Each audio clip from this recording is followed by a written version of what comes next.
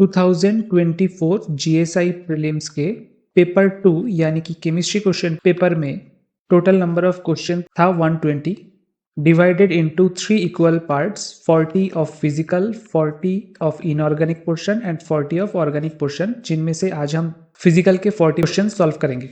इस क्वेश्चन में आपको वर्क का क्वेश्चन क्या होगा वो बताना है। For a reversible adiabatic expansion process of an ideal gas. 4 option दिया गया है, 4 ऑप्शन में से कौन सा सही है वो आपको बताना है। हमको पता है कि for adiabatic expansion of an ideal gas work is represented by NR T2 minus T1 by gamma minus 1। T2 क्या है? T2 है फाइनल टेम्परेचर, T1 है इनिशियल टेम्परेचर और गामा है Cp बाई Cv। अब इसी इक्वेशन को आप ऐसे भी लिख सकते हैं NR T2 minus NR T1 by gamma minus 1. We know that PV equals to nRT, so we can write P2 V2 minus P1 V1 by gamma minus 1। यहाँ पे P2 V2 क्या है? फाइनल प्रेशर फाइनल वॉल्यूम और P1 V1 है initial pressure initial volume. तो आप देखो इसके साथ मैच कौन सा कर रहा है, ऑप्शन 1 एंड ऑप्शन 3 में से।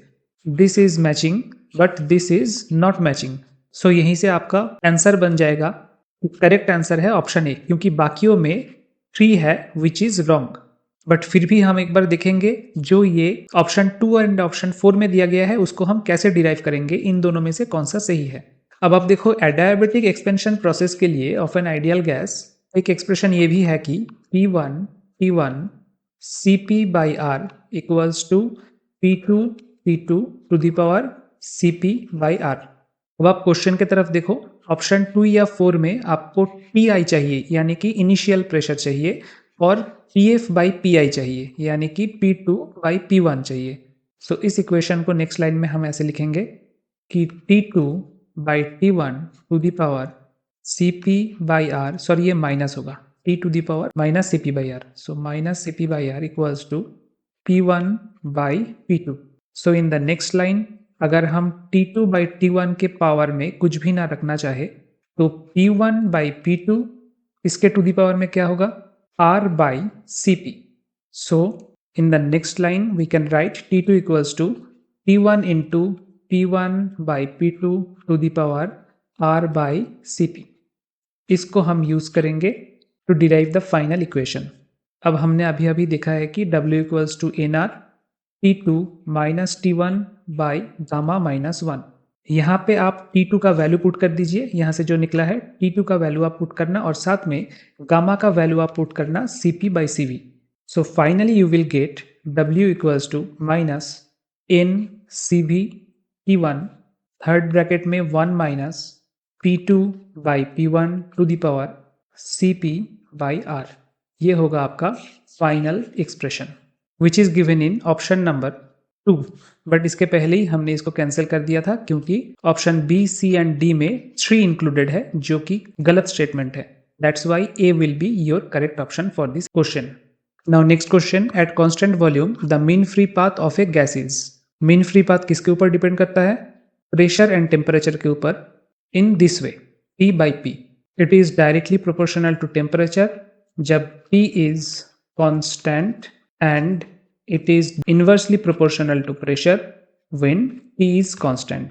but ये जो whole scenario है, in this scenario volume is not constant।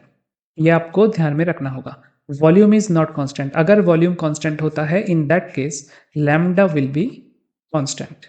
क्योंकि volume अगर constant हो गया तो according to Gay-Lussac's law pressure varies as temperature।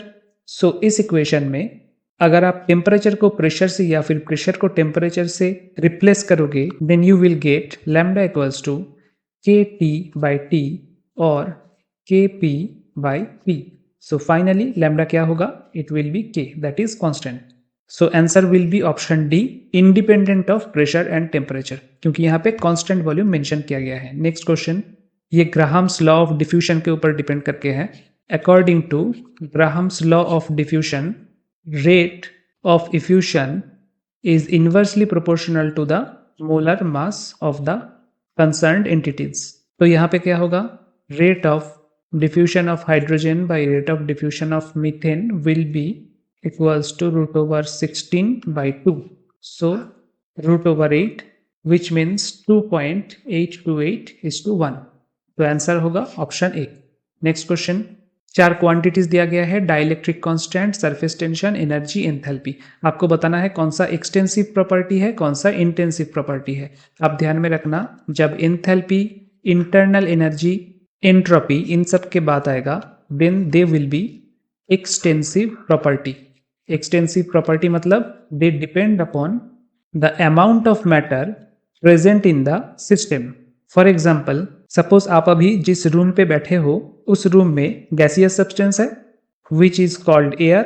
अब एयर का वॉल्यूम अगर V एज्यूम कर लेते हैं और उस कमरे को अनसिमेट्रिकली दो पार्ट में डिवाइड कर देते हैं, देन राइट हैंड पार्ट का वॉल्यूम अगर V1 है एंड लेफ्ट हैंड पार्ट का वॉल्यूम अगर V2 है, तो एयर का V1 volume and V2 volume दोनों ही किसके ऊपर डिपेंड करेगा? Amount of air present in the both systems. वैसे ही राइट हैंड साइड के पोर्शन में mass and left hand side के पोर्शन में मास वो भी डिफरेंट होगा and they will also be dependent on amount of air. But अगर हम डेंसिटी के बात करें तो इस कमरे को जितने भी चाहे अनइक्वल पोर्शन में आप डिवाइड कर लो, सब पोर्शन में डेंसिटी क्या होगा? Density will be equals to each other. ये डिपेंड नहीं करेगा अनसिमेट्रिकली आप डिवाइड कर रहे हो या फिर symmetrically. That means density is an intensive property. वैसे ही in the given question energy होगा एक्सटेंसिव, एंथैल्पी होगा एक्सटेंसिव। ये दोनों amount of matter system in the present के ऊपर डिपेंड नहीं करते। सो ये दोनों क्या होगा? Intensive properties. ऐसा ऑप्शन कौन सा है? Option B, it will be correct choice. Next question, एक पर्टिकुलर सिस्टम को स्टेट ए से स्टेट बी तक हम ले जा रहे हैं टू मेथड से। एक है रिवर्सिबल कंप्रेशन और है एक इरिवर्सिबल कंप्रेशन। तो आपको बताना है कि इंटरनल एनर्जी का चेंज कैसा होगा। इंटरनल एनर्जी मतलब U, उसका चेंज मतलब डेल U। तो डेल U इज एक्सटेंसिव और इंटेंसिव। मैंने अभी अभी आपको बताया था दिस इज एक्सटेंसिव प्रॉपर्टी। और एक्सटेंसिव प्रॉपर्टी क्या होते हैं? ये होते हैं स्टेट फंक्शन। स्टेट फंक्शन मतलब वो सिर्फ आपका initial state and final state के ऊपर डिपेंड करेगा। आप किस रास्ते से वहां पे जा रहे हो, किस रास्ते से उस स्टेट को अचीव कर रहे हो, उसके ऊपर नहीं डिपेंड करेगा। This is not a path function and that is why ये फर्स्ट स्टेटमेंट सही है। और ये जो सेकेंड स्टेटमेंट है कि internal energy is a state function, वो भी इसका करेक्ट एक्सप्लेनेशन है। So option A will be your correct choice. In this next question also आपको चेंज इन इंटरनल एनर्जी यानी कि डेल यू पूछा गया है। और यहाँ पे फर्स्ट टेम्परेचर क्या है? इनिशियल टेम्परेचर है 298 केल्विन यानी कि 25 डिग्री सेंटीग्रेड। और उसको एक्सपेंड किया गया है आइसोथर्मली रिवर्सिबली। उसके बाद हीट दिया गया है up to 500 kelvin followed by again isothermal compression to 1 litre and finally cooled to 25 degree centigrade. यानी कि initial temperature 25 degree centigrade and final temperature 25 degree centigrade and the whole process is isothermal. So in this type of case आपको पता है कि del U equals to NCV dt। अब dt अगर zero है क्योंकि दिस इज आइसोथर्मल प्रोसेस, तो del you क्या होगा? जीरो होगा। नहीं तो आप ऐसे भी सोच सकते हो कि डेल यू क्या है, मैंने आपको अभी अभी बताया था del U is extensive property. So ये डिपेंड करेगा initial state and final state के ऊपर which are both same. So del U will be zero. तो आंसर होगा ऑप्शन सी। नेक्स्ट क्वेश्चन, दो स्टेटमेंट दिया गया है जूल थॉमसन एक्सपेंशन के ऊपर। म्यू जेटी का एक्सप्रेशन क्या है? जूल थॉमसन कोएफिशिएंट यानी कि म्यू जेटी का एक्सप्रेशन है del P at constant H and Joule Thomson process is an adiabatic isoenthalpic process. अगर आइडियल गैस के ऊपर जूल थॉमसन प्रोसेस हम अप्लाई करें तो टेम्परेचर चेंज होगा जीरो, टेम्परेचर का कोई भी चेंज नहीं होगा। और उसका रीजन क्या है? रीजन है कि in case of ideal gas mu J T is zero यानी कि del T by del P will be zero. और ये तभी हो सकता है जब del T equals to zero. So option A is correct. 1 and statement 2 दोनों ही ट्रू है and statement 2 correctly explain statement 1। Next question, it is about free expansion of gas. Normally work done का जनरल फॉर्मूला क्या है कि volume change कितना हो रहा है एंड अगेंस्ट कितना एक्सटर्नल प्रेशर। ये सिर्फ P नहीं है, ये है एक्सटर्नल P। यानी कि एक्सटर्नल प्रेशर के अगेंस्ट आप वॉल्यूम चेंज कर रहे हो। और फ्री एक्सपेंशन का मतलब क्या है? फ्री एक्सपेंशन मतलब there is no external pressure. तो ये क्या हो जाएगा? This will be zero, and once this will be zero the transfer of heat will be also zero, and इसके साथ साथ इंटरनल एनर्जी चेंज भी जीरो होगा। So option A will be correct answer. Next question में आपको दो hypothetical reaction दिया गया है और आपको बताना है डेल्टा एच क्या होगा for the whole process. You know that delta H is extensive property, और एक्सटेंसिव प्रॉपर्टी मतलब this is also additive property, यानी कि फाइनल डेल्टा एच अगर हमें निकालना है तो हम गिवन डेल्टा एच को सब्सट्रैक्शन एडिशन कर सकते हैं। तो यहाँ पे आप देखिए x plus Y X Y, इस इक्वेशन से अगर हम इस इक्वेशन को सब्सट्रैक्ट कर दे, ठीक है, अगर सब्सट्रैक्ट कर दे तो क्या मिलेगा हमको?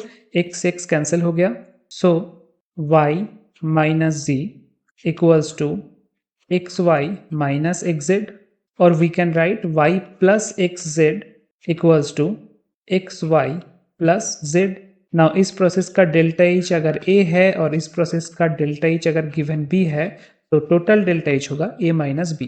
तो your answer will be option D. Now next question Carnot engine के ऊपर बेस करके है। मैक्सिमम एफिशिएंसी क्या होगा कार्नोट इंजन का? 1 माइनस lower temperature by higher temperature but in obviously Kelvin scale.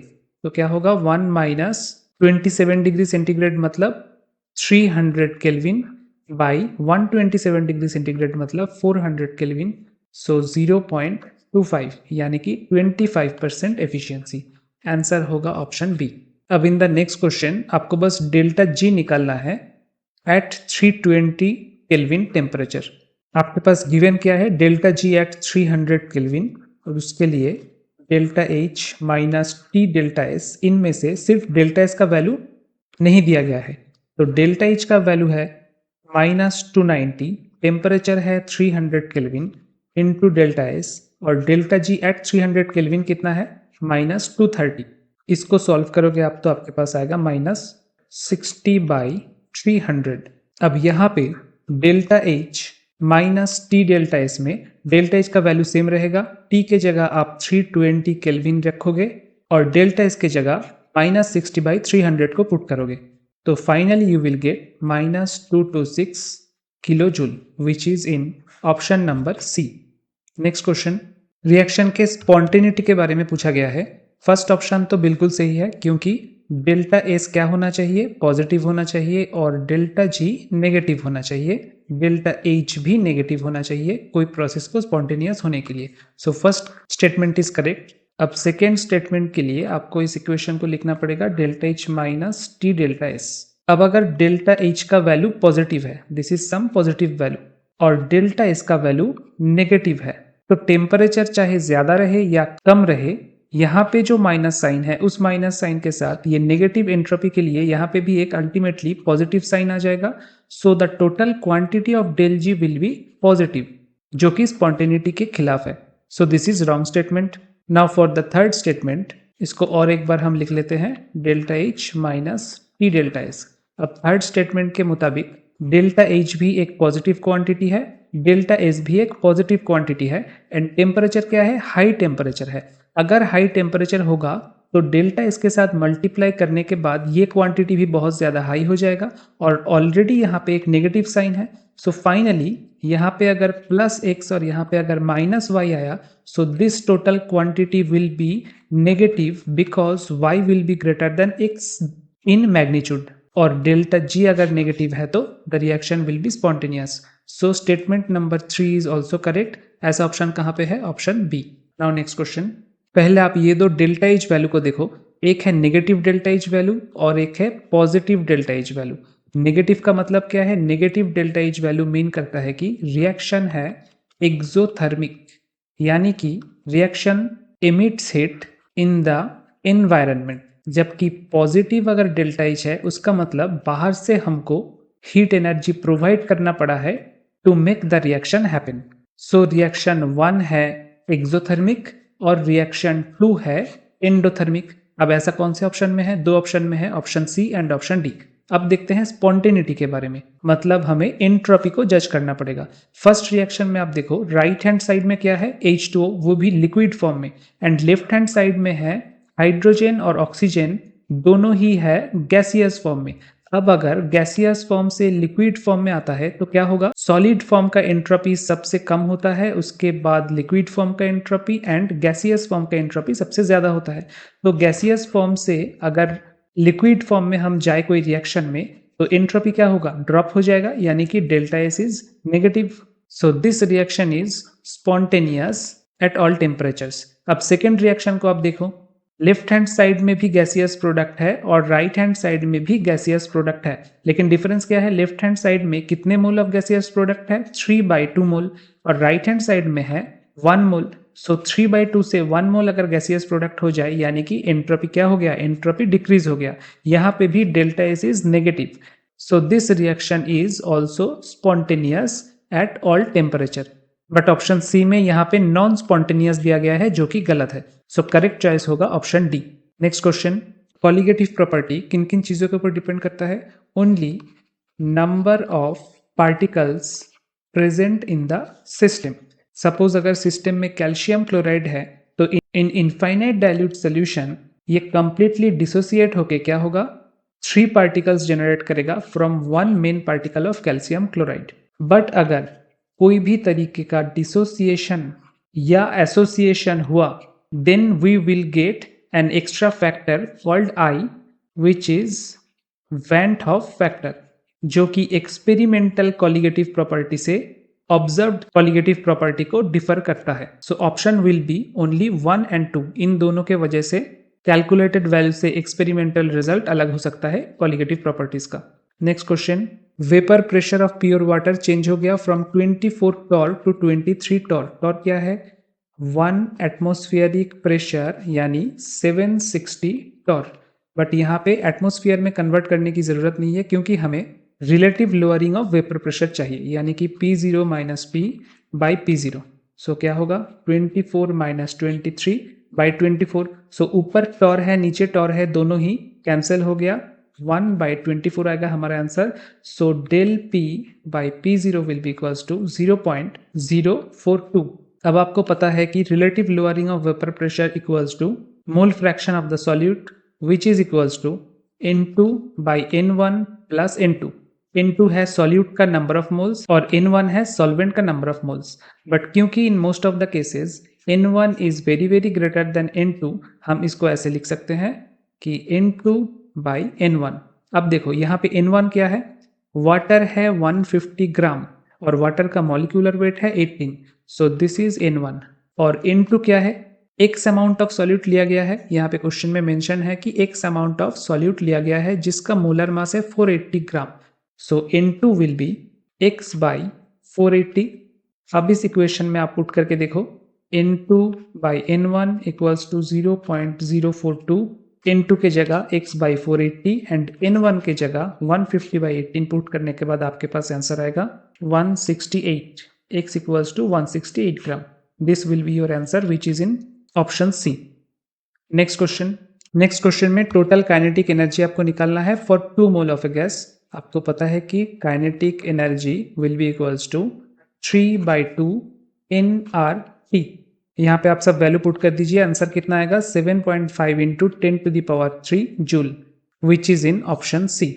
Next question, यहाँ पे आपको रिलेशन बताना है between root mean square velocity which is URMS and average kinetic energy. Average kinetic energy को हम कैसे रिप्रेजेंट कर सकते हैं, हाफ m URMS स्क्वायर।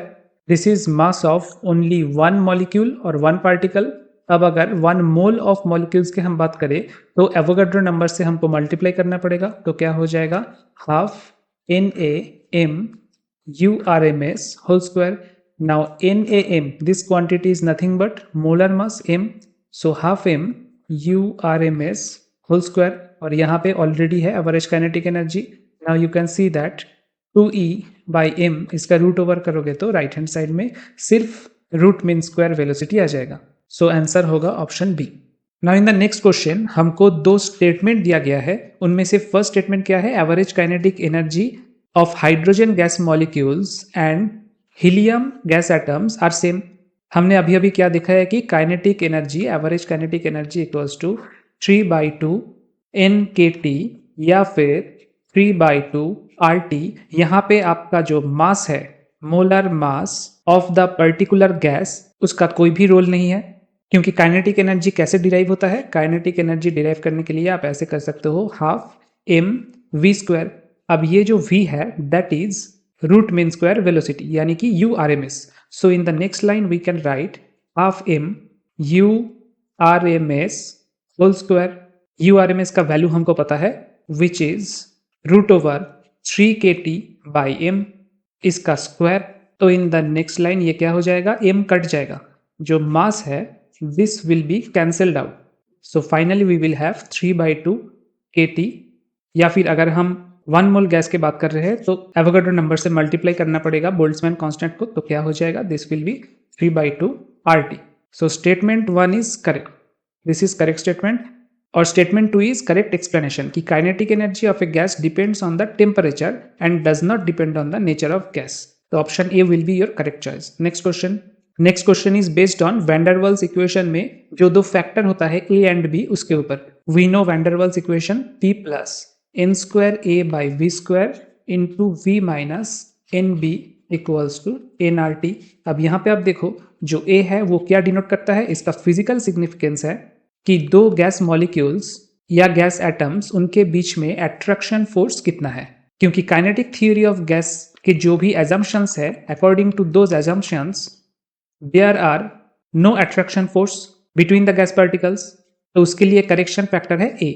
और B कौन सा करेक्शन फैक्टर है? In the kinetic theory of gas एक एजम्पशंस ये भी है कि ये जो इंडिविजुअल गैस मॉलिक्यूल्स है उनका वॉल्यूम नेग्लिजिबल या जीरो है, but which is not true in case of real gas. तो B denotes the volume of those individual particles of the gas in container. So अगर A का value ज्यादा हुआ उसके मतलब दो गैस मॉलिक्यूल्स के बीच में अट्रैक्शन फोर्स बहुत ज्यादा है, यानी कि सब गैस मॉलिक्यूल्स एक दूसरे को अपने तरफ अट्रैक्ट करेगा, and for that reason already they will be try to live in a compact format. और लिक्विफिकेशन का मतलब क्या है? लिक्विफिकेशन का मतलब हम बाहर से प्रेशर अप्लाई करने के बाद और टेम्परेचर लो करने के बाद वॉल्यूम ऑफ गैस को कितना कम कर सकते हैं। तो अगर अट्रैक्शन फोर्स ज्यादा हुआ तो ऑलरेडी उसको लिक्विफाई करना और भी ज्यादा इजी हो जाएगा। सो ए हाई होना चाहिए to easily liquefy any gas. और बी का क्या किस्सा है? अगर बी कम है, यानी कि उन individual gas molecules and particles का वॉल्यूम अगर कम है, देन लिक्विफाई करना क्या रहेगा? इजी रहेगा। So high A and low B is a favourable factor for liquefaction of a gas. और ऐसा कौन से ऑप्शन में आपको देखने को मिलेगा? ऑप्शन ए, यानी कि X is more liquefiable than Y, because इसका A भी ज्यादा हाई है और B भी लो है। Next question, this is about Maxwell Boltzmann distribution law. Maxwell Boltzmann का जो ग्राफ है, इन दैट ग्राफ कौन से पोर्शन फिजिकली क्या इंप्लाई कर रहा है, यानी कि फिजिकल सिग्निफिकेंस क्या है, वो आपको जान के रखना बहुत जरूरी है। और ये पर्टिकुलर क्वेश्चन कंप्लीटली उठाया गया है from KL Kapoor volume 1 page number 50 and 51 से। ये जो पर्टिकुलर दो स्टेटमेंट है, the curve at any temperature is parabolic near the origin, और the total area under the plots of this versus U is a measure of the total number of molecules in the collection. ये दोनों statement correct है। Maxwell Boltzmann का जो physical significance है in KL Kapoor volume 1 page number 50 and 51, वहां पे आपको मिल जाएगा। Only the third statement is false. So answer कौन सा होगा? Option A 1 and 2। In the next question आपको मोलर कंडक्टेंस दिया गया है। We know that lambda m equals to 1000 कप्पा/c। ये क्या है? This is kappa, which means molar conductivity. यहाँ पे ये गिवन है 4 × 10⁻⁻5 सीमेंस सेंटीमीटर इनवर्स। इसका यूनिट होता है, कंडक्टिविटी का यूनिट होता है सीमेंस सेंटीमीटर इनवर्स, और लैम्डा m यानी कि कंडक्टेंस, इसका यूनिट होता है siemens centimetre square mole inverse. ये आप ध्यान में रखना। C हमें पता नहीं कंसेंट्रेशन, इतना मोल हम एज्यूम कर लेते हैं C मोल, और लैम्डा m इज 200। C आ जाएगा 2 × 10⁻⁻4 मोल पर लीटर। अब सॉल्ट क्या है? Calcium fluoride. कैल्शियम फ्लोराइड को हम ऐसे लिख सकते हैं CaF2 and after dissociation Ca2+ और साथ में 2F-। इनिशियल स्टेज यहाँ पे 1, यहाँ पे 0 0, एंड आफ्टर गेटिंग सोल्यूबल क्या होगा? 1 - S, यहाँ पे S बट यहाँ पे 2S, क्योंकि फॉर दिस स्टोइचियोमेट्रिक कोएफिशिएंट। तो KSP क्या होगा? Solubility product KSP will be S into 2S square, so 4S cube और S का वैल्यू हमको पता है 2 into 10 to the power minus 4 mole per liter. So we will get 4 into 2 into 10 to the power minus 4 whole cube and finally 32 into 10 to the power minus 12. कौन सा option match कर रहा है? Option B will be your correct choice. Next question, this is about conductometric titration. Weak acid है, beaker में आपके पास week acid है CH3COOH acetic acid और ब्यूरेट से आप क्या ऐड करते जा रहे हैं? NaOH which is a strong base. So conductometric titration of weak acid versus strong base stage wise क्या क्या रिएक्शन होता है? In the first stage क्योंकि यहाँ पे ओनली एसिटिक एसिड है, कंडक्टेंस कम रहेगा, मतलब हम शुरू ही करेंगे वाई एक्सिस के एक लोअर पॉइंट से.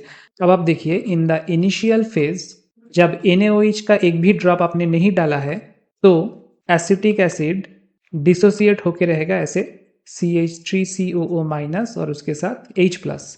इसका अमाउंट बहुत ही कम होगा क्योंकि एसिटिक एसिड का डिसोसिएशन कांस्टेंट बहुत ही कम है, तो सोल्यूशन में बहुत ही कम H प्लस आयन रहेगा.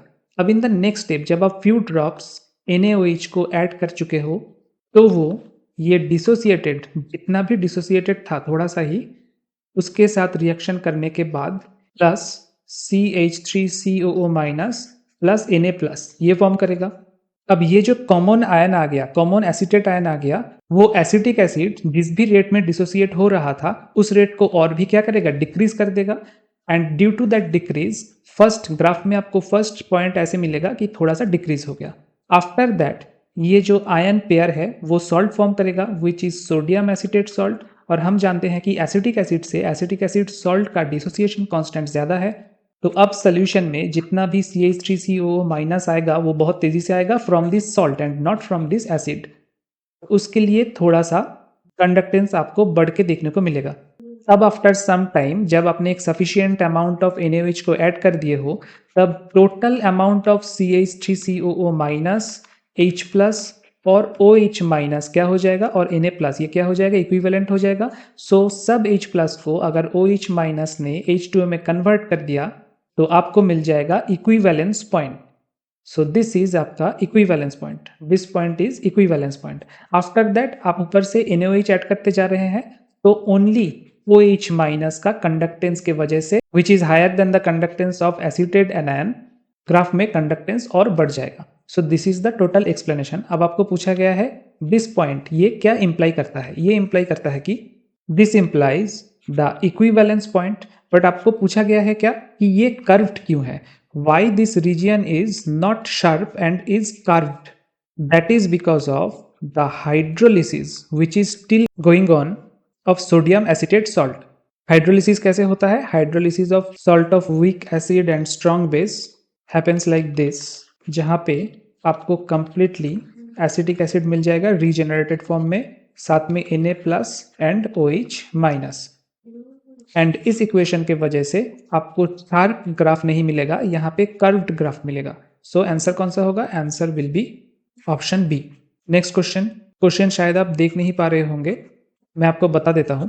यहाँ पे ट्रांसपोर्ट नंबर दिया गया है P plus of CdI2. Transport number का लिस्ट है for cadmium 2 plus ion in a solution of cadmium iodide CdI2 और साथ में उसका कंसेंट्रेशन दिया गया है मोलालिटी जो कि नीचे की तरफ धीरे धीरे इंक्रीज होते जा रहा है. तो according to that transport number of cadmium 2 plus भी धीरे धीरे नीचे क्या करना चाहिए? इंक्रीज करना चाहिए. बट इंस्टेड ऑफ दैट हम क्या देख रहे हैं कि सबसे पहले ट्रांसपोर्ट नंबर था 0.4 जब मोलालिटी था 0.05, उसके बाद ये धीरे धीरे डिक्रीज होकर 0.1 पे आ गया, जबकि मोलालिटी बढ़ के 2.5 में आ गया. फिर जब मोलालिटी बढ़ के 10 में आ गया तो ये ट्रांसपोर्ट नंबर और भी डिक्रीज करके नेगेटिव में चला गया. What is the reason for this anomaly? Increase होना चाहिए था, यहाँ पे कंसेंट्रेशन के साथ साथ डिक्रीज कर रहा है, वो भी cation that is cadmium plus का transport number. The reason is the salt CdI2 cadmium iodide higher concentration में इस फॉर्म में रहता है CdI4 which dissociates like this CD2 plus CdI4 2 minus. दो I माइनस को CdI2 एब्जॉर्ब कर लेता है और उसके बाद ये एनायन फॉर्म करता है। तो T प्लस यानी कि पॉजिटिव ट्रांसपोर्ट नंबर के लिए जितना भी CD2 प्लस कंट्रीब्यूट करता, उससे आधे से ज्यादा CD2 प्लस ये फॉर्म होने में चला गया, ये एनायन फॉर्म होने में। इसीलिए T माइनस का रेट वैल्यू T प्लस से हमेशा ज्यादा होता जाएगा जैसे ही आप कंसेंट्रेशन बढ़ाते जाओगे, और T प्लस डिक्रीज होते होते नेगेटिव में भी चला जाएगा। तो ऐसे कौन से ऑप्शन में दिया गया है? Option C, in dilute solution cadmium 2 plus migrate करता है कैथोड की तरफ, इट इज राइट। और I माइनस यानी कि आयोडीन माइग्रेट करता है एनोड की तरफ इन डाइल्यूट सोल्यूशन। बट जब भी सोल्यूशन कंसेंट्रेटेड हो जाएगा तब कैडमियम 2 प्लस कैथोड की तरफ जाएगा, लेकिन CdI4 2 माइनस ये जाएगा एनोड की तरफ, and that is why we get a negative transport number. So option C will be your correct choice. Next question, moving boundary method के ऊपर न्यूमेरिकल है। तो AgNO3 सॉल्ट में Ag प्लस का जो ट्रांसपोर्ट नंबर है वो निकालना पड़ेगा। हमको क्या फॉर्मूला पता है कि LAC by Q by F। L denote करता है लेंथ एंड A डिनोट करता है area. So L into A क्या डिनोट करता है? वॉल्यूम, और यहाँ पे वॉल्यूम गिवन है 0.1 cc। So we can write 0.1 cc into C क्या है? C है कंसेंट्रेशन विच इज 0.1 मोलर यानी कि मोल पर लीटर। अब यहाँ पे आप ध्यान से देखो, मोल पर लीटर, लीटर मतलब क्या होता है? 1 लीटर मतलब होता है 1 डेसीमीटर क्यूब। सो इसको अगर हम सीसी में कन्वर्ट करें, क्योंकि सब कुछ CGS सिस्टम में चल रहा है सेंटीमीटर में, so 1 decimetre will be equals to 1000 cc। सो मोल पर लीटर को मोल पर सीसी में लिखने के लिए हमें 1000 से क्या करना पड़ेगा? डिवाइड करना पड़ेगा। सो यहाँ पे नीचे फैक्टर आएगा 1000। अब नीचे क्या है? Q by F. Q by F का फिजिकल सिग्निफिकेंस क्या है कि कितना मोल ऑफ करंट कंज्यूम हुआ है। Q को आप कैसे निकालोगे? 15 मिली एम्पियर, जो कि क्वेश्चन में गिवन है कि 15 milliampere current was passed for 30 minute, यानी कि 15 इंटू 10⁻³ एम्पियर करंट पास हुआ है 30 इंटू 60 इतने सेकेंड के लिए, यानी कि 27 कूलम करंट पास हुआ है। एंड 27 कूलम मतलब कितना मोल करंट? हमको पता है कि 96500 coulomb equivalent to 1 mole of current.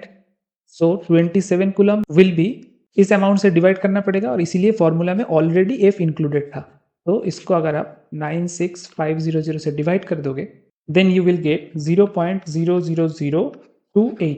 उसको आप यहाँ पे पुट कर दो and finally you will gate 0.357 और 0.36। अच्छा, यहाँ पे 0.1 मोल नहीं होगा, अकॉर्डिंग टू क्वेश्चन 1 मोल है। सो इसको 1 मोल लेके करना, नहीं तो 0.036 आ जाएगा। ऑप्शन कौन सा होगा? 0.36। This will be correct choice. Next question, which of the following electrolytes should be given to a chemist to use as an indicator electrolyte? ये transport number by moving boundary method कैसे निकाल सकते हो उसके ऊपर बेस करके है। Moving boundary method में दो टाइप का इलेक्ट्रोलाइट रहता है। एक है AX जिसको हम बोलते हैं प्रिंसिपल इलेक्ट्रोलाइट, दूसरा है BX इसको हम बोलते हैं ऑक्सिलियरी या फिर इंडिकेटर इलेक्ट्रोलाइट। कुछ कंडीशंस होते हैं मूविंग बाउंड्री मेथड के ये इलेक्ट्रोलाइट चूज करने के लिए। एक तो हो गया कि कॉमन एनायन होना चाहिए, जैसे कि आप देख पा रहे हो कि AX एंड BX में कॉमन एनायनिक पार्ट है। दूसरा क्या है? द BX यानी कि indicator electrolyte should be denser, ठीक है, ये डेंसिटी का है, should be denser than the principal electrolyte. और थर्ड है कि A का स्पीड, A प्लस आयन का स्पीड ज्यादा होना चाहिए, ionic mobility of A plus ion should be greater than B plus. अब आप देखो कौन सा ऑप्शन मैच कर रहा है। आपको किसका मूविंग बाउंड्री मेथड के थ्रू ट्रांसपोर्ट नंबर निकालना है? Ag प्लस का। और सॉल्ट क्या है आपके पास? AgNO3। तो सबसे पहले कॉमन एनायन यहाँ पे नहीं है, यहाँ पे भी नहीं है, तो हमारे पास बचा ये दो ऑप्शन, नाइट्रेट एनायन इन दोनों के पास है। इन दोनों में लिथियम सॉल्ट में लिथियम का मॉलिक्यूलर वेट हमेशा क्या होता है? बहुत कम होता है। इसका मॉलिक्यूलर वेट क्या है? लगभग 6 के आसपास है। और सिल्वर का मॉलिक्यूलर वेट कितना है? 108 के आसपास है। तो सिल्वर नाइट्रेट सॉल्ट से लिथियम नाइट्रेट सॉल्ट क्या होगा? कम डेंस होगा। और हमारे पास कंडीशन क्या है कि indicator electrolyte should be more denser, तो लिथियम नाइट्रेट भी यहाँ पे क्या हो गया? कैंसिल हो गया। और cadmium nitrate will be your correct choice. Cadmium का वेट भी होता है उतना ज्यादा, कैडमियम का लगभग 112 के करीब मॉलिक्यूलर वेट रहता है, तो ये डेंसर मीडियम होगा। अब नेक्स्ट क्वेश्चन, ऑस्मोटिक प्रेशर निकालने के लिए बोला गया है। आपके पास है 50 ग्राम ऑफ एंजाइम जिसका मोलर मास है 90,000 ग्राम। इसको आपने डिजोल्व किया है वाटर में, प्योर वाटर में, जिसका अमाउंट है 2 डेसीमीटर क्यूब। मैंने अभी कहा था डेसीमीटर क्यूब मतलब लीटर, यानी कि 2 लीटर वाटर में आपने इसको डिजोल्व किया है। साथ में टेम्परेचर है 300 केल्विन, तो आपको ऑस्मोटिक प्रेशर निकालना होगा। ऑस्मोटिक प्रेशर का फॉर्मूला है पाई इक्वल्स टू CRT। ये जो C है it is concentration of the solute in mole per litre. तो कितना मोल एंजाइम है आपके पास? 50/90,000 इतना मोल एंजाइम है, और कितने लीटर में है? 2 लीटर में। तो ये वैल्यू हो गया आपका C का वैल्यू। R का वैल्यू गिवन है 0.083 litre bar kelvin inverse mole inverse. Unit इसलिए इंपॉर्टेंट है क्योंकि यहां पे आप नोटिस करो, यहां पे बार है, और आंसर किस में है? पूरे आंसर जितने भी ऑप्शन है सब है किलो पास्कल में। सो इस इक्वेशन में C का वैल्यू, R का वैल्यू और टेम्परेचर कितना है? 300 केल्विन। ये पुट करने के बाद आपके पास आंसर आएगा 0069 बार, और आपको इसको किस में कन्वर्ट करना है? किलो पास्कल में। We know that 1 atmospheric pressure equals to 101,325 pascal और 1.01325 बार। और भी क्या क्या है? 76 सेंटीमीटर मरकरी या फिर 760 टॉर। यह है प्रेशर के कुछ यूनिट के इंटरनल कन्वर्शन के लिए फॉर्मूला। तो यहां से आपको मिल जाएगा 1 bar equals to 10 to the power 5 pascal. आपके पास आंसर कितना है? 0.0069 बार, यानी कि 690 पास्कल। इसको आप ऐसे भी लिख सकते हो 0.69 किलो पास्कल, और वही है आंसर ऑप्शन बी में। तो ऑप्शन बी होगा आपका करेक्ट चॉइस। नेक्स्ट क्वेश्चन, कौन से सोल्यूशन में ग्रेटेस्ट बॉइलिंग पॉइंट एलिवेशन देखा जाएगा? ये आपसे पूछा गया है। कॉलिगेटिव प्रॉपर्टीज का फंडामेंटल थ्योरी है कि एलिवेशन ऑफ बॉइलिंग पॉइंट हो, चाहे डिप्रेशन ऑफ फ्रीजिंग पॉइंट हो, या फिर लोअरिंग ऑफ वेपर प्रेशर हो, those depends on number of particles of the system. तो यहाँ पे जो 4 ऑप्शन दिया गया है आपको, का सबका मोलरिटी सेम है 0.05। अब देखो सॉल्ट कौन सा है। एक है लिथियम क्लोराइड सॉल्ट, जो कि डिसोसिएशन के बाद ओनली 2 पार्टिकल्स जनरेट करता है, और एक है magnesium chloride salt which generates 3 particles after dissociation. तो ग्रेटेस्ट बॉइलिंग पॉइंट एलिवेशन के लिए आपके पास 2 ऑप्शन तो कट गया। अब मैग्नीशियम क्लोराइड में देखो, एक है मैग्नीशियम क्लोराइड वाटर में सोल्यूबल और एक है इथेनॉल में सोल्यूबल। किसका बॉइलिंग पॉइंट एलिवेशन ज्यादा होगा? उसके लिए आपको जानना पड़ेगा इबुलियोस्कोपिक कांस्टेंट या फिर बॉइलिंग पॉइंट एलिवेशन कांस्टेंट। इसको हम और किस नाम से जानते हैं? इबुलियोस्कोपिक कांस्टेंट। तो इसका वैल्यू अगर ज्यादा है तो उसका डेल्टा टीबी भी ज्यादा होगा। वैल्यू ज्यादा है इथेनॉल में, वाटर में बस 0.52 है। सो आंसर होगा option D, magnesium chloride in ethanol. Now in the next question, depression in freezing point के बारे में पूछा गया है। फॉर्मूला क्या है? Delta TF equals to KFM। KF क्या है? This is cryoscopic constant. Now this M is molality. तो डेल्टा TF क्या है? मोलालिटी के साथ डायरेक्टली प्रोपोर्शनल है, and this statement you will find in option B, directly proportional to the molality of the solution. बाकी ये wrong है कि inversely proportional to the molality. ये भी रॉन्ग है कि independent of the amount of solute present in solution, क्योंकि molality इसी से डिफाइन होता है। So this is also wrong.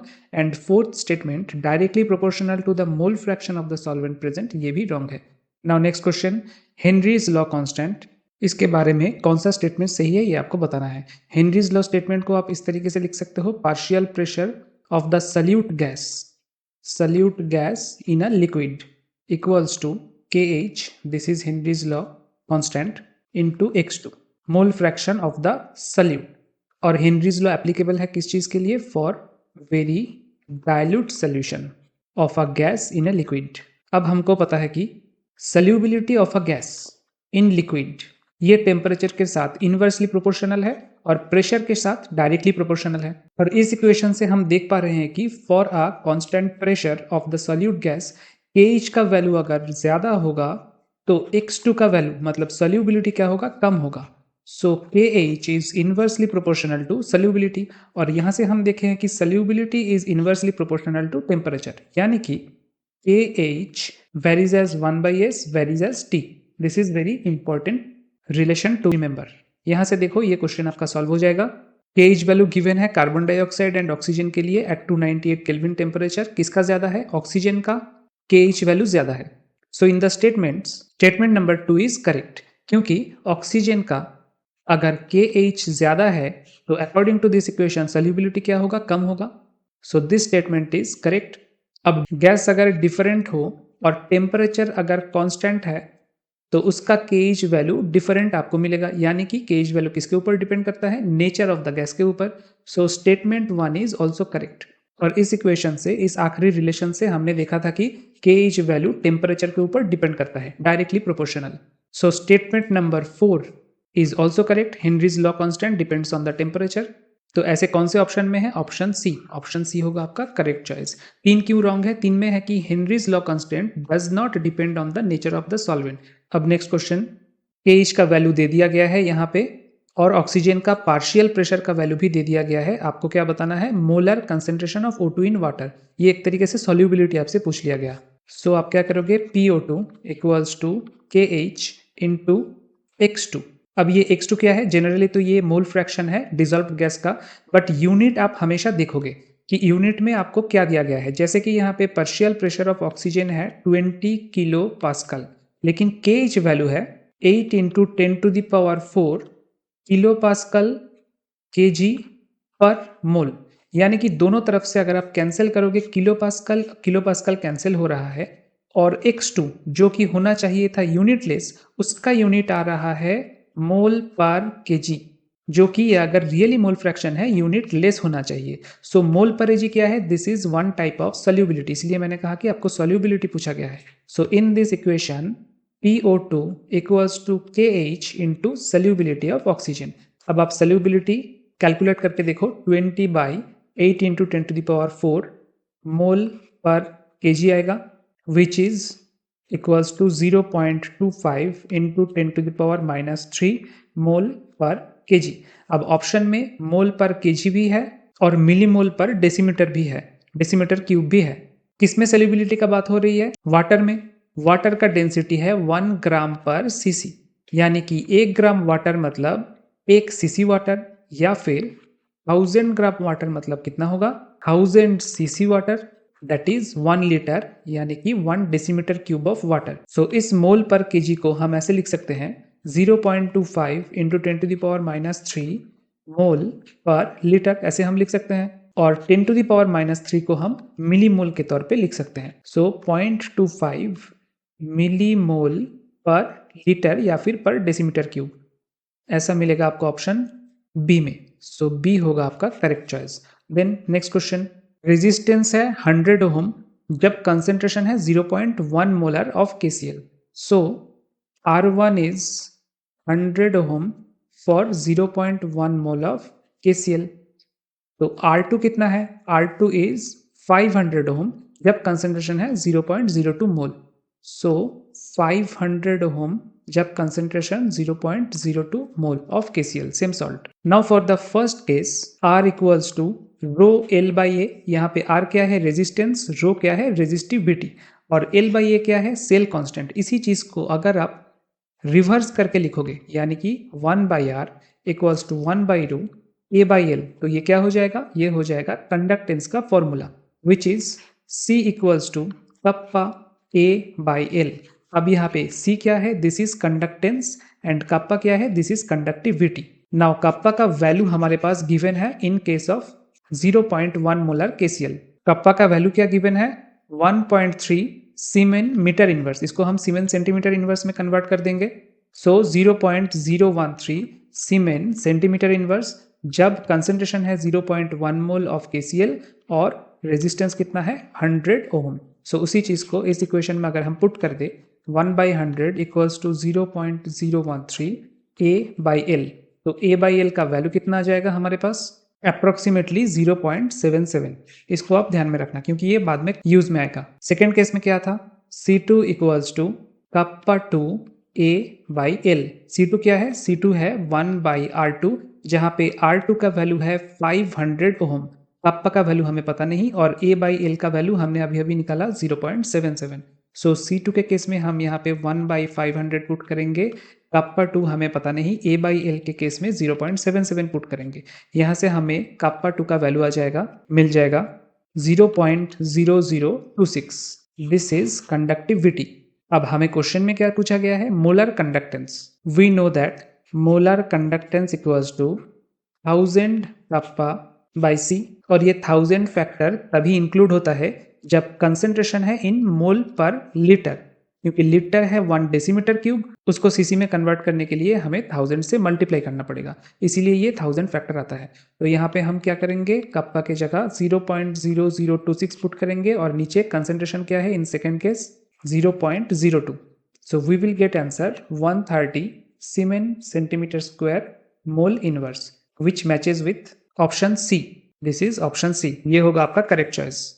Next question, इस क्वेश्चन में molar conductivity at infinite dilution को मेंशन किया गया है and we know that molar conductivity at infinite dilution of acetic acid can be written as its respective cations and anions, यानी कि molar conductance of CH3COO minus plus molar conductivity of H plus। ये है equation number 1। Second equation क्या है, molar conductivity of HNO3 nitric acid equals to, and this is equation number 2, and finally this equation which is equation number 3। अब इनको अगर 1 minus 2 plus 3 इस order में subtraction and addition आप करोगे तो आपके पास क्या आ जाएगा, molar conductivity of CH3COO Na and that will be equals to 91.3 Siemens centimeter square mole inverse। ये किस ऑप्शन के साथ मैच कर रहा है, ऑप्शन नंबर बी, ये होगा आपका correct choice. Next question, molar conductance eight infinite dilution पूछा गया है फॉर दिस 3 सॉल्ट्स। अब आपको साइज पता है, लिथियम, सोडियम, पोटेशियम। ग्रुप 1 में इस तरीके से साइज इंक्रीज हो रहा है नीचे की तरफ, जिसका साइज छोटा है उसका क्या होगा, चार्ज डेंसिटी ज्यादा होगा, और चार्ज डेंसिटी अगर ज्यादा है तो that ion will be surrounded by many ions of opposite charges. तो फाइनली इसका साइज क्या हो जाएगा, इसका साइज लार्ज हो जाएगा। उस हिसाब से lithium chloride will have largest size, उसके बाद मीडियम साइज होगा सोडियम का, और पोटेशियम का होगा सबसे स्मॉल साइज। और हमको पता है कि जिसका साइज सबसे स्मॉल होता है उसका आयनिक मोबिलिटी भी सबसे ज्यादा होता है। सो आयनिक मोबिलिटी सबसे ज्यादा होगा KCl का, उसके बाद NaCl का, और उसके बाद लिथियम क्लोराइड का। तो option number B will be your correct choice. Then next question, ये स्टेटमेंट बिल्कुल करेक्ट है कि with increasing dilution the conductivity keeps increasing. आप अगर ग्राफ को प्लॉट करोगे, this is for strong electrolyte and this is for weak electrolyte. यहाँ पे है √/c और यहाँ पे है कंडक्टिविटी। तो जब डाइल्यूशन इंक्रीज कर रहा है then conductivity is also increasing. So first statement is correct, and the second statement, with increasing dilution the degree of ionization of weak electrolytes increases। Dilution increase करते ही alpha which is √/Ka/c degree of dilution ये भी क्या करेगा, increase करेगा, and as a result the mobility of ions also increases. So ये statement भी correct है, लेकिन हमको बताना है कि सेकेंड स्टेटमेंट फर्स्ट स्टेटमेंट को करेक्ट एक्सप्लेन करता है कि नहीं, करेक्टली एक्सप्लेन कर रहा है कि नहीं। And in my opinion the second statement correctly explains the first statement. So option 1 should be your correct choice.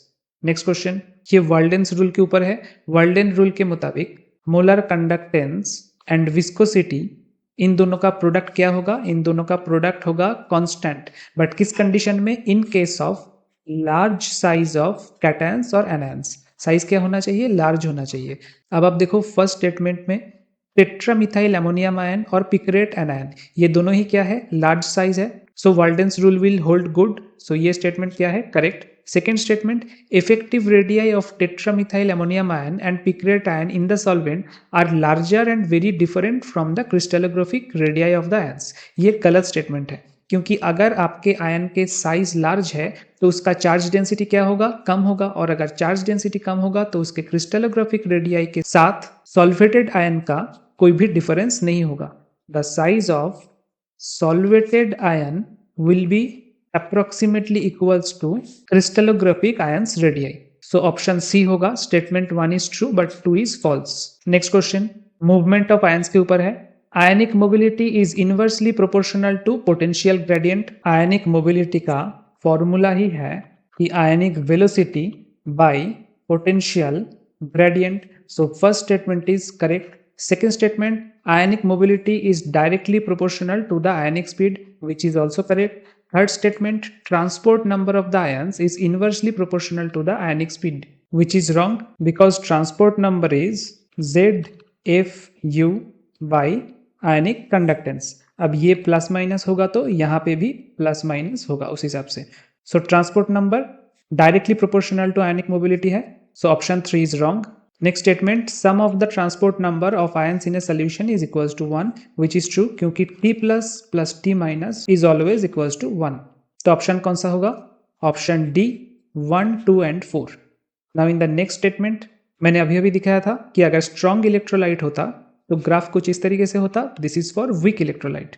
So option B will be your correct choice. Next question. अब next question is also asked from ionic conductivity chapter and this is particularly from Kohlrausch's law. अब हमको पता है, अभी अभी हमने एक graph देखा है कि this is valid for only strong electrolytes dilute solution and this is valid for weak electrolytes dilute solution. Y axis पे क्या है? Molar conductance and X axis पे है रूट ओवर कंसेंट्रेशन. अब आप देखिए इस ग्राफ को अगर मैं लेफ्ट हैंड साइड में एक्स्ट्रापोलेट करूं तो ये वाई एक्सिस को टच हो जाएगा and this is concentration when 0. मतलब इनफाइनाइट डाइल्यूशन में स्ट्रॉन्ग इलेक्ट्रोलाइट का मोलर कंडक्टेंस क्या होगा वो हमको इस ग्राफ को एक्स्ट्रापोलेट करने के बाद पता चल जाएगा. But in case of weak electrolytes हम जितना भी सोल्यूशन को डाइल्यूट करें ये लाइन कभी भी वाई एक्सिस को टच नहीं करेगा. इस टाइप के ग्राफ को हम क्या बोलते हैं? We call it asymptote and that is why asymptote होने की वजह से वीक इलेक्ट्रोलाइट्स का इनफाइनाइट डाइल्यूशन में एग्जैक्टली लैम्डा यानी कि मोलर कंडक्टेंस क्या होगा ये हमको पता नहीं चलेगा. So option B will be your correct choice, जहां पे यह है कि plot 1 can be extrapolated to obtain the molar conductance at infinite dilution of strong electrolyte. Only strong electrolyte का lambda m at infinite dilution हमको मिल पाएगा by extrapolating the curve. Now next question. This is about Debye-Huckel-Onsager equation. Debye-Huckel-Onsager equation किसके लिए applicable है? This is applicable for variation of molar conductivity of a dilute solution of a strong electrolyte. अब normally strong electrolyte के dilute solution के लिए कौन सा law and कौन सा इक्वेशन हम यूज करते हैं? कोलराशेस लॉ. एंड इक्वेशन क्या है? Lambda equals to lambda at infinite dilution minus एक constant and root over C. This is the simple Kohlrausch's equation. But ionic medium में कोई एक कैटायन फ्रीली कैथोड के तरफ मूव नहीं कर पाता है और कोई एक एनायन फ्रीली एनोड के तरफ मूव नहीं कर पाता है. देयर आर मेनी इफेक्ट्स जो कि ये दोनों मूवमेंट को डिक्रीज कर देते हैं और उनमें से एक है एसिमेट्रिक इफेक्ट और दूसरा है इलेक्ट्रोफोरेटिक इफेक्ट. और इन दोनों इफेक्ट के लिए हमको कोलराशेस का जो नॉर्मल इक्वेशन है उसको मॉडिफाई करके फाइनली ये इक्वेशन मिलता है lambda M infinite minus A into lambda M infinite plus B and then root over C.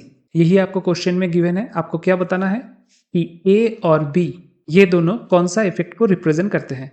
Question में सिर्फ ए रूट ओवर सी के लिए पूछा गया है. मैं आपको दोनों ही बताऊंगा कि ए और बी कौन सा एसिमेट्रिक इफेक्ट को रिप्रेजेंट करता है और कौन सा इलेक्ट्रोफोरेटिक इफेक्ट को रिप्रेजेंट करता है.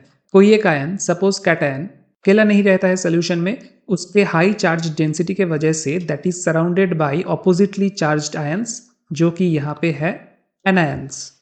And similarly anion is surrounded by oppositely charge ions, those are cations. अब जब एक कैटायन यानी कि सेंट्रल कैटायन कैथोड के तरफ मूव करना चाहेगा तब उसके सराउंडेड आयंस किसके तरफ मूव करने चाहेंगे? ऑब्वियसली एनोड के तरफ, क्योंकि वो है negatively charged. So this central cation will experience a decrease in its speed which is called asymmetric effect. और इसके लिए हम यूज करते हैं constant A. A denotes asymmetric effect. तो यही आपका आंसर होगा. Option B decrease in molar conductivity due to the asymmetric effect. और इलेक्ट्रोफोरेटिक इफेक्ट में क्या होता है? सपोज एक सोल्यूशन में 50% कैटायन है और 50% एनायन है. एनायन किसके तरफ जाएगा? एनोड के तरफ. और कैटायन किसके तरफ जाएगा? कैथोड के तरफ. But they will experience A friction because of the counter currents.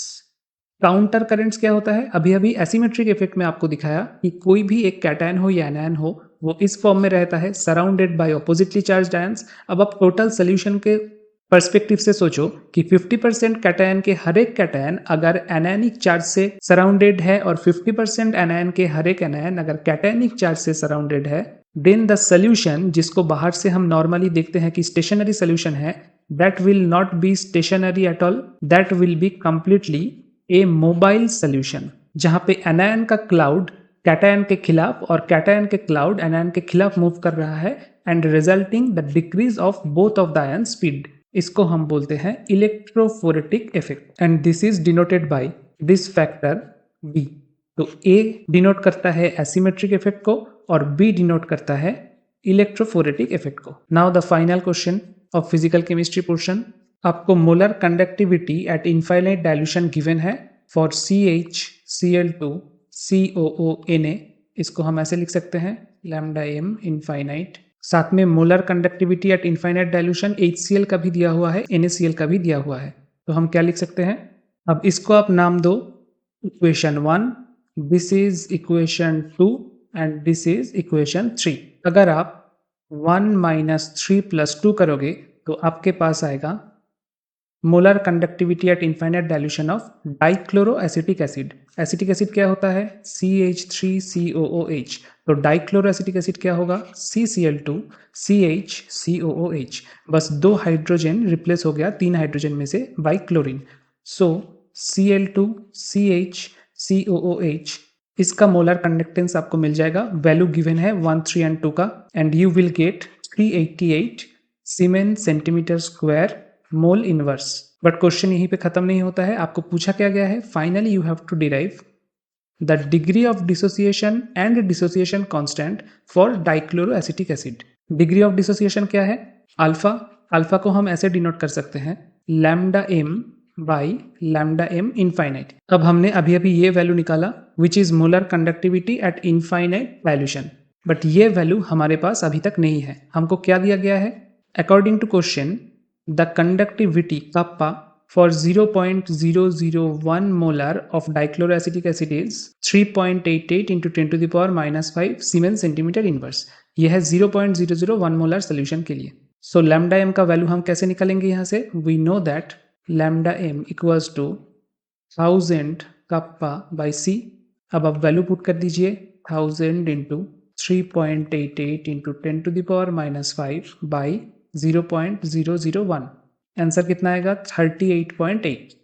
अब इस वैल्यू को आप यहाँ पे पुट कर दो और ऑलरेडी इसका वैल्यू हमने डिराइव किया था 388, so you will have 38.8 by 388 that is 0.1। ये है आपका डिग्री ऑफ डिसोसिएशन। और साथ में क्या पूछा गया है, dissociation constant that is Ka। अब आपके पास दो फॉर्मूला है, एक है alpha equals to √Ka/c, but ये फॉर्मूला आप यहीं पे यूज मत कीजिएगा because this formula comes from, ये फॉर्मूला कहाँ से आता है, फॉर एग्जाम्पल ये अगर एक इलेक्ट्रोलाइट है देन डिसोसिएशन इस तरीके से होगा, इनिशियली कंसंट्रेशन क्या है C और यहाँ पे क्या है कंसंट्रेशन 0, क्योंकि तभी भी डिसोसिएट नहीं हुआ है। नाउ आफ्टर सम टाइम अगर डिग्री ऑफ डिसोसिएशन अल्फा है तो C - C अल्फा, यहाँ पे C अल्फा, यहाँ पे C alpha. So dissociation constant will be C alpha whole square by C into 1 - alpha. तो C अगर आप कैंसिल कर दोगे ऊपर से और नीचे से तो ये आएगा C alpha square by 1 - alpha. अब आप देखो अगर इलेक्ट्रोलाइट बहुत ही वीक है और alpha is very very less than 1, तब हम क्या करते हैं 1 - अल्फा की जगह लिखते हैं 1 एंड इस इक्वेशन को हम Ka equals to C alpha square ऐसे करके लिखते हैं और यहाँ से हमारा अल्फा का वैल्यू आता है √Ka/c। But this is only when alpha is very very less than 1। But यहाँ पे अल्फा का वैल्यू क्या निकला है हमारे पास 0.1, ये है हमारा degree of dissociation. Now 0.1 is only 0.9 less than 1, तो हम यहाँ पे ये फॉर्मूला नहीं अप्लाई कर सकते कि alpha is very very less than 1। हमें यहाँ पे ये टोटल फॉर्मूला अप्लाई करना पड़ेगा, ये जो एक्चुअल फॉर्मूला है Ka का, इसको हमें अप्लाई करना पड़ेगा। So what will we get, Ka equals to C alpha square by 1 - alpha. C क्या है, molar concentration which is 001 into alpha is 0.1 whole square by 1 - 0.1। आपका आंसर आएगा 1.1 इंटू 10 to the power -5। और ये क्वेश्चन में कौन से ऑप्शन में आपको मिलेगा, option D, this will be your correct choice. So thank you and have a nice day.